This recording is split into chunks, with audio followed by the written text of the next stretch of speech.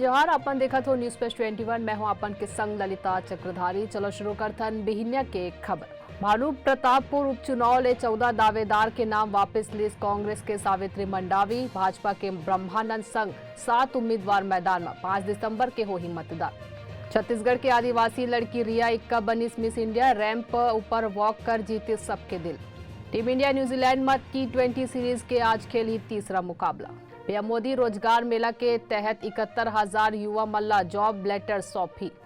रक्षा मंत्री राजनाथ सिंह 2 दिन के दौरा में कंबोडिया जाही। श्रद्धा मर्डर केस में दिल्ली पुलिस सबूत के तलाश में बनाई 14 टीम। दिल्ली मेट्रो में आज 12:30 बजे ले 1 बजे तक ग्रे लाइन रूट में नहीं चली ट्रेन।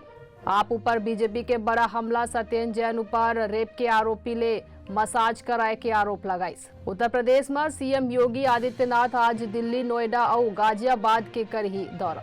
भारत न्यूजीलैंड के बीच T20 सीरीज के आज तीसरा और आखिरी मुकाबला खेले जाए। ऐसे ही तमाम जानकारी ले लगातार अपडेट रहे देखत रहो न्यूज प्लस 21 आप मन के हक के बात।